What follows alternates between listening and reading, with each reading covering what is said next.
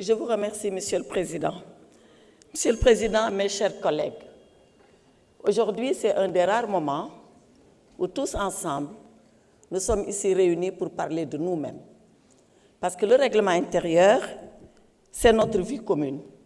Comment nous allons fonctionner, comment nous allons nous comporter, comment nous nous organisons, comment nous débattons et comment nous sommes sanctionnés quand nous sommes coupables de faute. Voilà pourquoi cet exercice est un exercice important. Et voilà pourquoi, quand on l'engage, on demande à ce que l'Assemblée nationale, dans toutes ses composantes, c'est-à-dire la majorité, l'opposition parlementaire, les non-inscrits, que tous se mettent ensemble et essayent de porter un texte qui est le socle de leur vie en commun. Et à cette étape de mon propos, je voudrais remercier tous les collègues parlementaires. En premier, le président Ayib Daffé, qui a été le président de cette commission ad hoc, qui sont venus et qui ont travaillé d'arrache-pied à ce que nous sommes en train de vous proposer ce matin. Alors, qu'est-ce que nous vous proposons ce matin? Ce que nous vous proposons ce matin, c'est un texte qui est fondé sur 3 principes directeurs. Le premier principe directeur, c'est de faire de telle sorte que l'Assemblée nationale, assumant sa responsabilité souveraine, joue pleinement son rôle de vigie, son rôle de contrôle des politiques publiques et son rôle de législateur. Et c'est la raison pour laquelle, et vous le verrez dans les innovations, nous avons renforcé, bien sûr, la commission d'évaluation des politiques publiques. Je ne vais pas y revenir, je l'ai déjà suffisamment dit, d'autres collègues l'ont répété, mais les commissions d'enquête que nous avons organisées, renforcées. Si vous voyez le texte initial, vous verrez que leur statut n'était pas tellement édifié, n'était pas tellement clair. Nous avons tenu à ce que ce statut soit clarifié, que ces commissions d'enquête soient dotées de moyens et qu'on puisse surtout retransmettre tous les débats de ces commissions d'enquête pour que la transparence que nous invoquons, qu'elle soit de mise et à la disposition des Sénégalais. À l'exception des délibérations, c'est-à-dire de la prise de décision, tout le reste devient transparent. Certains nous ont dit en commission, et même avant, mais pourquoi vous avez séparé l'élection du président de l'Assemblée nationale d'avec celle du bureau? Pourquoi le président est élu pour 5 ans et pourquoi le bureau est élu pour 1 an?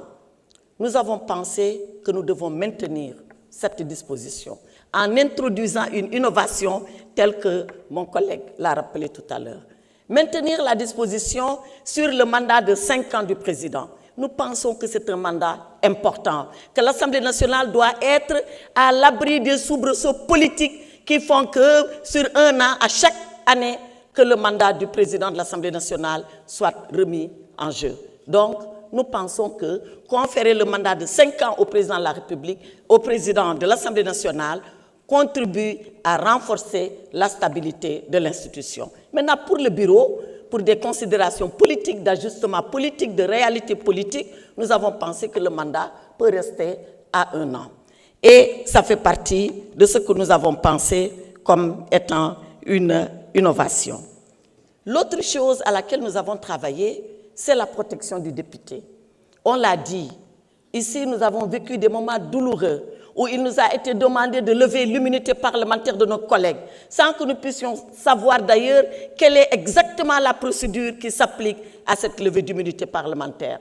Nous y avons travaillé et nous avons donné des indications de procédure pour la levée de l'immunité parlementaire. Lorsqu'un collègue est condamné, nous l'avons dit, souvent on dit il est condamné, il perd son mandat. Et s'il est condamné à une amende, c'est une condamnation, doit-il perdre le mandat pour une amende? Donc, nous avons considéré qu'à partir d'une condamnation qui va lui faire perdre ses droits civiques, civils et politiques, à partir de ce moment, oui, il peut perdre le mandat. Mais sans cela, c'est peut-être une condamnation de laquelle il pourra se défaire sans pour autant perdre le mandat. Voilà pour ce qui est de la protection du député. Nous avons voulu régler des contentieux. On l'a rappelé ici, à notre installation en tant que 15e législature, notre premier jour a été entaché. Il a même été assombri parce que nous avons ici des débats On doit le dire qu'ils ne nous ont pas honorés sur la composition du bureau. Et nous, opposition, on a été privés d'un poste de vice-président sur une interprétation de texte. Nous avons pensé qu'il était temps de dépasser ces contentieux qui sont des contentieux insolubles et que nous pouvons nous mettre d'accord sur des principes que tout le monde va respecter, en tout cas qui vont s'appliquer pour éviter ces contentieux et combler ces vides. Bien évidemment, Monsieur le Président, qu'il y a des questions en suspens. On n'a pas tout réglé. Parce qu'on a beau être un comité technique, on est des politiques et nous avons eu des divergences de politique sur le nombre de députés qu'il faut pour former un groupe parlementaire. On n'a pas été d'accord. J'avais proposé personnellement qu'on puisse rabaisser le seuil et bien évidemment, la majorité est pour le maintien de ce seuil. Et j'ai prié que cette majorité devienne rapidement une opposition pour qu'elle soit rappelée à cette réalité. Et sur la Haute Cour de justice, nous n'avons pas pu, parce que nous avions un plafond au-dessus de notre tête, c'est la Constitution. Mais Monsieur le Président, tout le monde sait que la Haute Cour de justice, elle doit être réformée. Et j'entends certains dire, oui, vous étiez là, pourquoi vous ne l'avez pas fait? Est-ce que c'est un argument, cela? Ce n'est pas un argument. Ce n'est pas un argument qui tient la route. Et on a beau avoir été là, on n'a pas mis en branle la Haute Cour de justice pour des raisons que nous savions. Et aujourd'hui, il est temps de revenir à cela.